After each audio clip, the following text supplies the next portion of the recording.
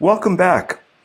Last time we discussed the divine name Allah, and we'll now discuss other divine names and introduce their role in Islamic theology and metaphysics.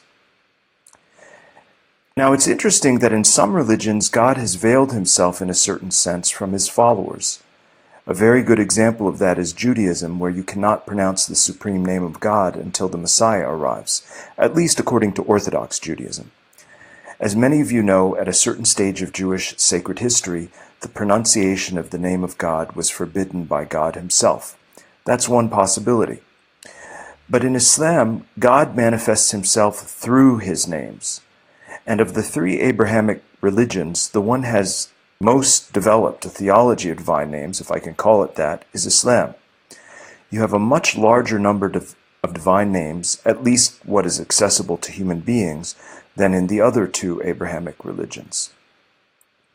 Which is why the divine names play a very central role in Islamic piety and everyday life, in prayer, theology, and on the highest level in metaphysics.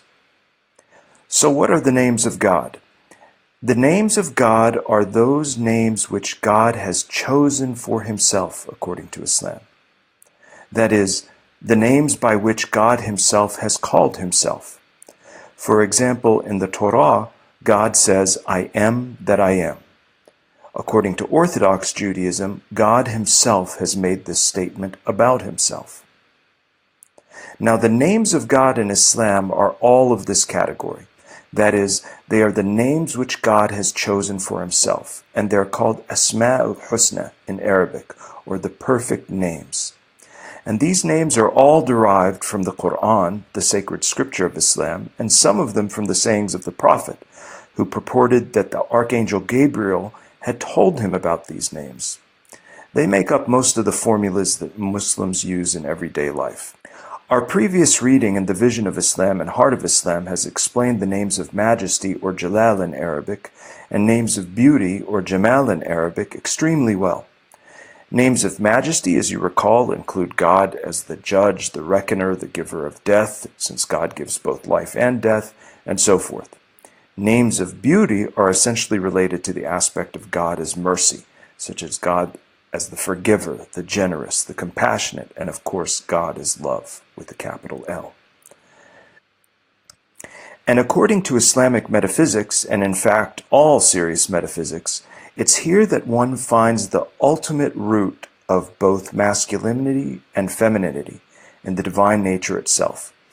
The divine Jalal or absoluteness corresponds to the principle of masculinity, and divine Jamal or beauty corresponds to the aspect of femininity. Every human being contains both, since we reflect all the divine names.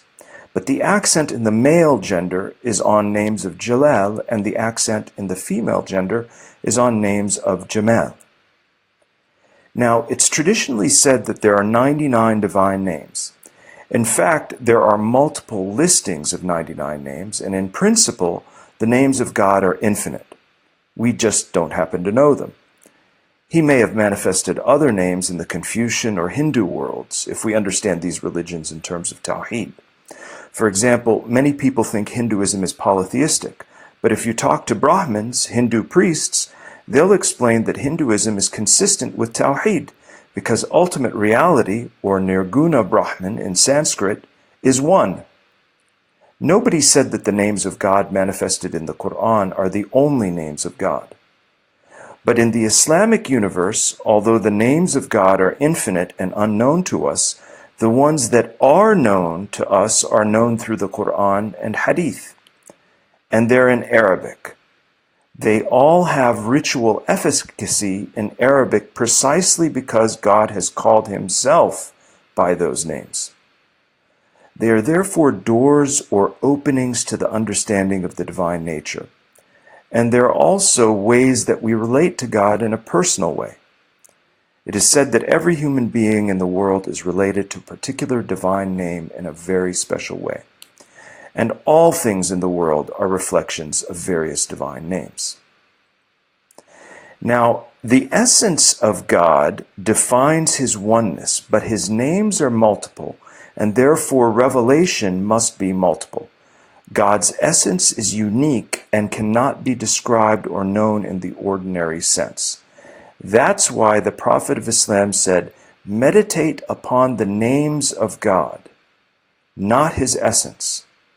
Meditating upon the divine essence is like trying to look continuously at the sun. We'll go blind.